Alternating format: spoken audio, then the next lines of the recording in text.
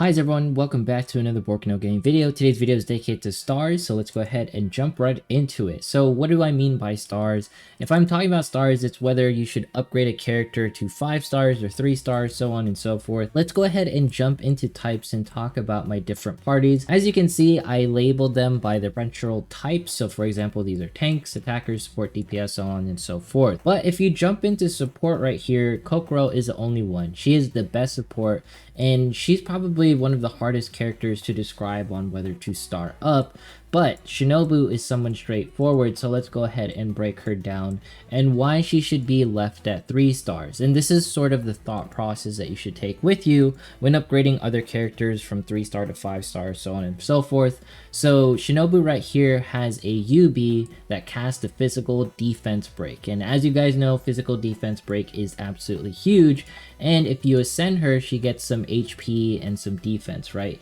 This HP and defense boost is just enough to affect her TP gain in order to trigger her UB. What do I mean by that? If you haven't taken a look, this is Restia's notes, credits to them. And what happens here is there's these different formulations or formulas when you get TP after being hit, when you kill someone when you get TP, or after you cast a UB, you gain TP or retain some TP, right? So it's important that you lose more HP when you get hit, that way you get more TP to cast your UB again. Think of it, if you get hit more, you get more times to cast your skill, and you want Shinobu to get hit as many times as possible, and you want her to take damage appropriately, that way you can get the proper amount of TP. What happens is, if you star her up, you can't cast her skills at appropriate times, or it'll throw the character's timing between other characters. So for example, her UB has to be cast at a certain time so that when Kaori or someone does like a punch or a UB, then it happens appropriately, right?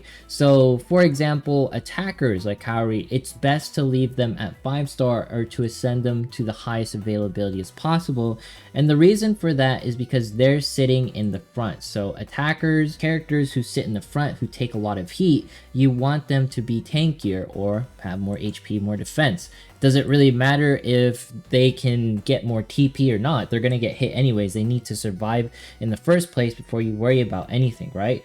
So then there's also archers. Some of you are like, why would you star them up since you want more TP and stuff?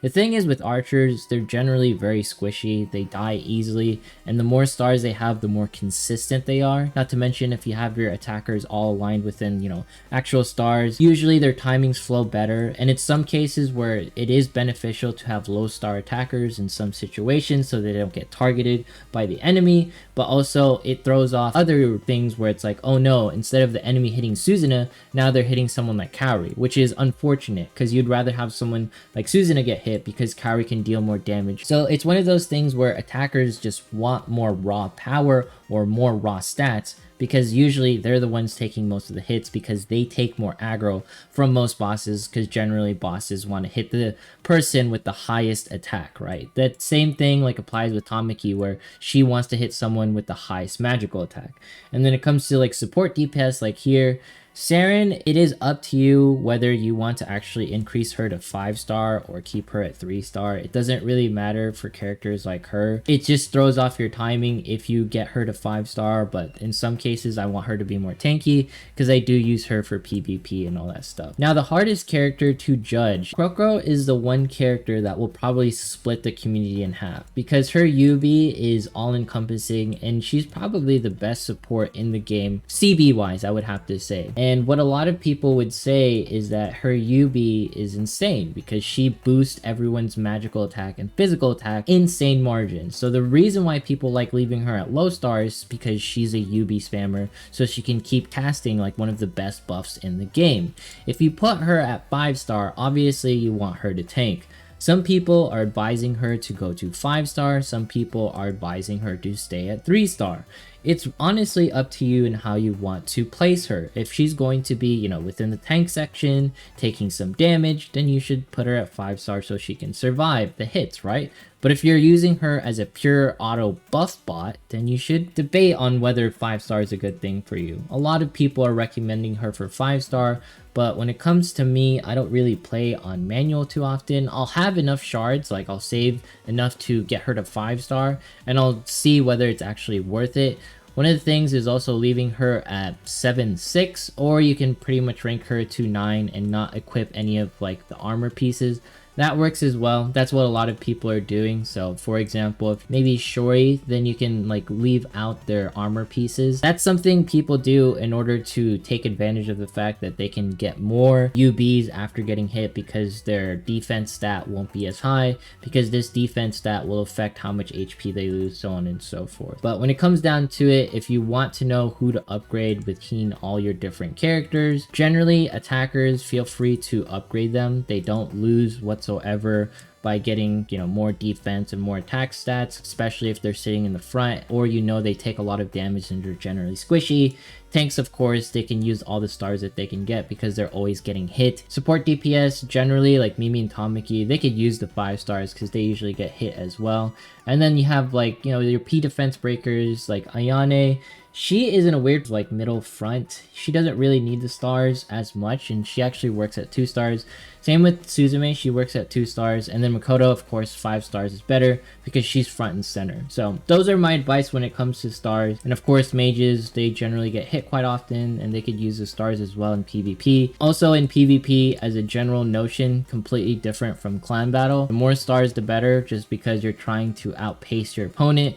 Having less stars on Kokoro and then Tamaki always hitting Kokoro, and Kokoro can't survive, it doesn't really make sense to keep her at 3 star. So for PvP players, you just star them because you need all the stats that you can get, because PvP is just a stat fest, alright? And of course, like the different comps that you use. Alright, let's go ahead and take on this team. This is something that I've been running as of recent. Jun and Shori help out a little bit more. I know like it might be better to run Miyako, but when I see this sort of comp, Jun has a little bit of defense break, and you know, she can heal herself a little bit. Not as tanky as Miyako, that's for sure, but Jun has been like that hidden tank that I've been liking quite a bit. Those misses are absolutely huge. If Makoto can actually land those hits, it takes out the Miyako so much quicker. And Shori here, just a little bit more physical DPS, since our team is, you know, physical defense down oriented, with Makoto and Jun being on the fields.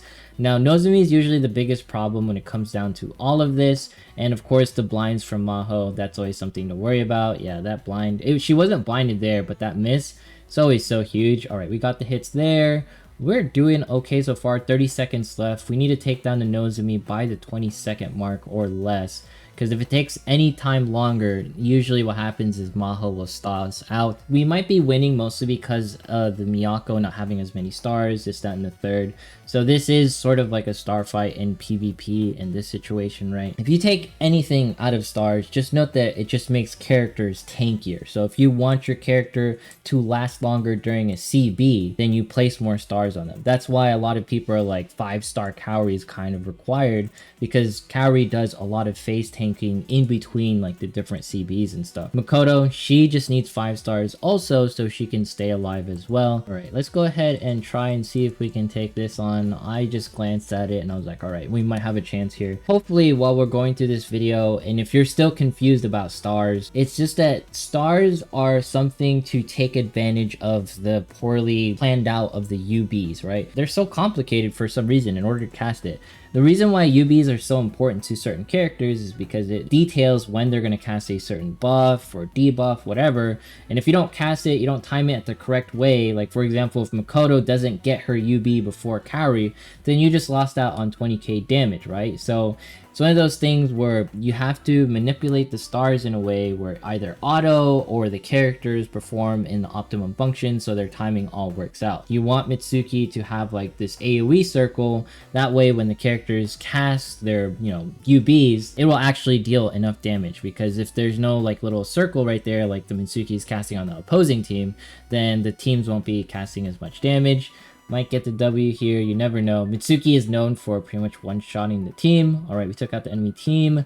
Mitsuki, most of the time when it comes to Princess Arena, I'm generally surprised with what occurs, because teams are just like completely different from like actual battle arena.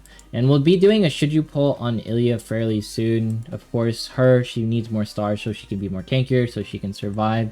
She required at 5-star, probably not, 4-star can work. Hopefully you learned something when it comes to stars. Stars just make characters tankier and also affects their timings of UBs. If If you can't cast your Yubi at the correct time because they're too tanky, then you really shouldn't be starring up that character, especially someone like Shinobu. Alright, if you enjoyed today's video, consider subscribing, dropping a like, leaving a comment, follow me on Twitch, follow me on Twitter. Once we hit 17,500 subs, we'll be doing a giveaway. Have yourself a fantastic day, and I will see you in the next one.